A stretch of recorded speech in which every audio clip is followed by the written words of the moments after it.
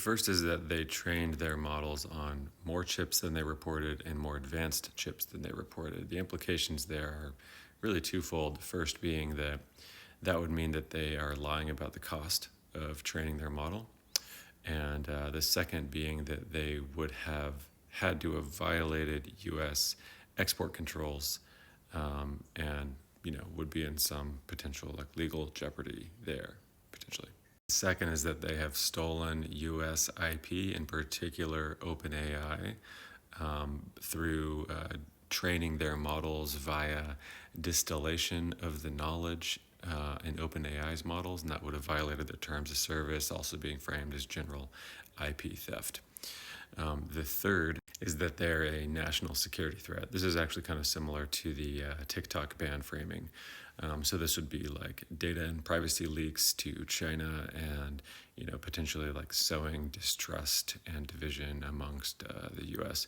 Keep in mind that the open source models that DeepSeek has released can be hosted anywhere. They don't have to be hosted in China. So if that's a concern of yours and you're using those models, just look into where they're hosted. That's where the data is being processed. So I have not personally come across any real concrete evidence of any of these accusations.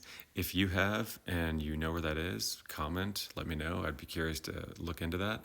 I have not yet seen any of that. And the narrative here is pretty straightforward. If that evidence never shows up, you just have to keep in mind who's making these accusations. Most of the accusations are coming from people that have a lot to gain if they're true and a lot to lose if they're not true. At the end of the day, DeepSeek came out, released a model that's really, really good and really, really cheap, and it's changing the landscape of the industry and AI broadly. It's a good thing for consumers. It's a good innovation forward.